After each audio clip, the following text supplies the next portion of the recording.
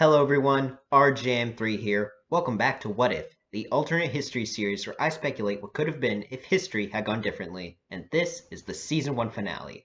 We'll be finishing off the 10th and final episode of this season by completing my two-parter on the War of 1812 not being a stalemate. In the last video, we explored what would have happened if the United States won the war, linked in the description. But in this video, we'll be exploring the opposite scenario. What if the United Kingdom won the War of 1812? While the aforementioned scenario of America winning the War of 1812 is fairly popular among the alternate history community on YouTube, the British winning the war is given little to no attention at all, so today, this scenario will finally get the attention it deserves. One more thing, I couldn't help but notice while doing research for this episode that there are a number of individuals on the website Quora who seem to think that Britain really did win the War of 1812. As if a British victory and a status quo peace are somehow the same thing. That's based entirely on the assumption that protecting Canada was Britain's one and only objective during the war. However, that simply isn't true, and that Britain did in fact have war goals that it just couldn't accomplish, but we'll get more into that later. Since I had already covered the full background context for the War of 1812 back in part 1, I'm not going to repeat much of it here. So yeah, let's get right into the scenario.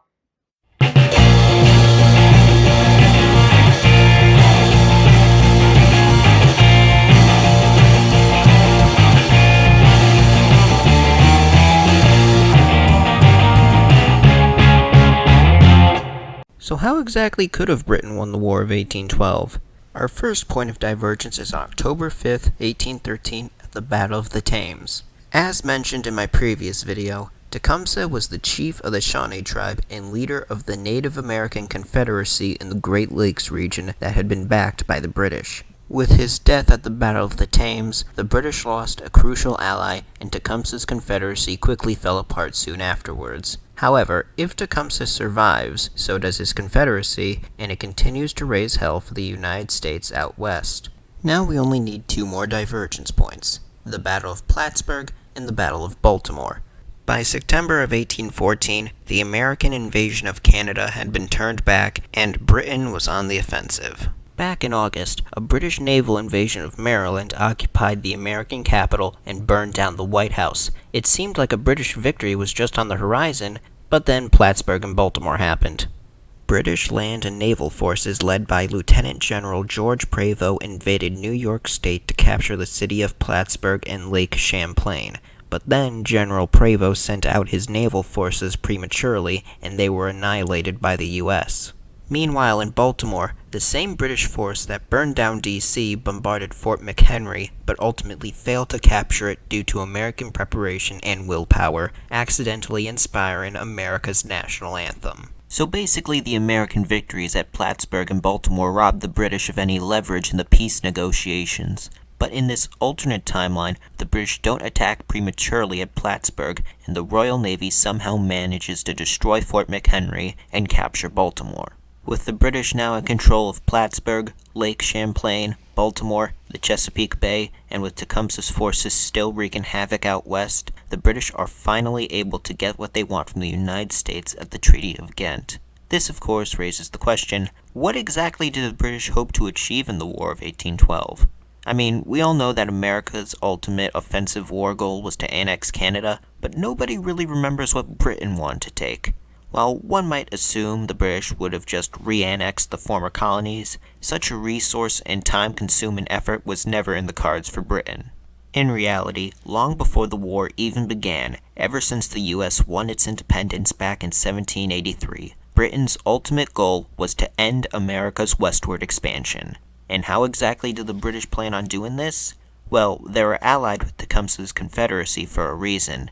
At the Treaty of Ghent, not only did the British demand total control of the Great Lakes, not only did they demand transit rights through the Mississippi River, but they demanded the creation of an Indian buffer state from Wisconsin to Ohio, which the British Empire would sponsor. Of course, in our timeline, with Britain in no position to make such demands, these proposals were immediately dismissed by the Americans, forcing the British to abandon their native allies and settle for a status quo peace. America's westward expansion was unhindered, and the United States would go on to usurp Britain as the West's greatest superpower and the world's largest navy. So yeah, that's why the British didn't win the War of 1812, and why you'd be wrong to believe that they did. I guess these Quora users all got it wrong, either through ignorance of Britain's true ambitions, or just typical anti-American smugness. Though I do find it strange that one of the Quora users, Stephen Tempest, a qualified amateur historian with a degree in history, would forget such a massive detail about the war. Oh wait, he works for HuffPo? Oh yeah, I guess that would explain it. Anyway, in this alternate timeline, the British are in a good enough position to have their demands met. The Treaty of Ghent is signed, handing the British control of the Great Lakes, transit rights through the Mississippi, and Tecumseh's Confederacy becomes a British protectorate. Oh, and because they occupied northern Maine towards the end of the war, they take that too. The war is over, and America has lost. Now, the first thing we have to talk about with this scenario is the Federalist Party. For those of you who don't know, the Federalist Party was one of two major political parties in the United States in the early 19th century, and was most popular in New England. In a nutshell, the Federalists were small government, anti-slavery, but most importantly, anti-war. The other major political party at the time was the Democratic-Republican Party. They were pretty much the opposite of the Federalists. Big government, anti-abolition, and pro-war. When the Democratic-Republican President James Madison and the Democratic-Republican Majority Congress declared war on Britain, the Federalists were outraged. Towards the end of the war in December 1814, the Federalists met in Hartford, Connecticut to discuss their grievances with the ongoing war and the growing power of the federal government. At the Hartford Convention, the Federalists proposed 5 new amendments to the U.S. Constitution. These included prohibition of any trade embargo lasting over 60 days, requiring a 2/3 majority in Congress for declaration of offensive war, admission of any new states into the Union, or prohibition of foreign commerce, canceling the 3/5 compromise as it gave unfair overrepresentation for the South, limiting the presidency to a single term, and a rather absurd request that each new president had to be from a different state than his predecessor. After the convention, the Federalists sent 3 commissioners to Washington to negotiate these new amendments. Unfortunately for them, this plan completely backfired. When the commissioners arrived in February 1815, news had spread of future President Andrew Jackson's victory against the British in New Orleans, a great morale booster, ending the war on a high note. This caused the Hartford Convention and the Federalist demands to rub the rest of America the wrong way. It made the Federalists look like defeatists, secessionists, and traitors. This incident completely tarnished their reputation. The Federalist Party never recovered and eventually dissolved in 1829. In this alternate timeline, when the Federalists arrive in D.C. after the war, the reception is much different. Even though the U.S. would still win the Battle of New Orleans, I don't think that would really matter so much if 5 would-be states just disappeared. Rather than being branded as enemies to the Republic, the Federalists would instead be seen as realists, pragmatics, based and red-pilled. Their anti-war and anti-big government attitudes are validated. With the war having been a disaster, the era of good feelings never happens, and the Democratic-Republican Party are labeled as incompetent warmongers. The Federalists win the 1816 presidential election to guide America through this uncertain time. While it's unlikely any of their radical amendments would actually pass, the Federalists would remain a powerful political force much longer into the 19th century. The Treaty of 1818 was an agreement between the U.S. and the UK on issues regarding the Oregon Territory and the western U.S.-Canadian border. In our timeline, it was settled that the Oregon Territory would be temporarily jointly occupied by the United States and Britain, and that the western border would be set on the 49th parallel.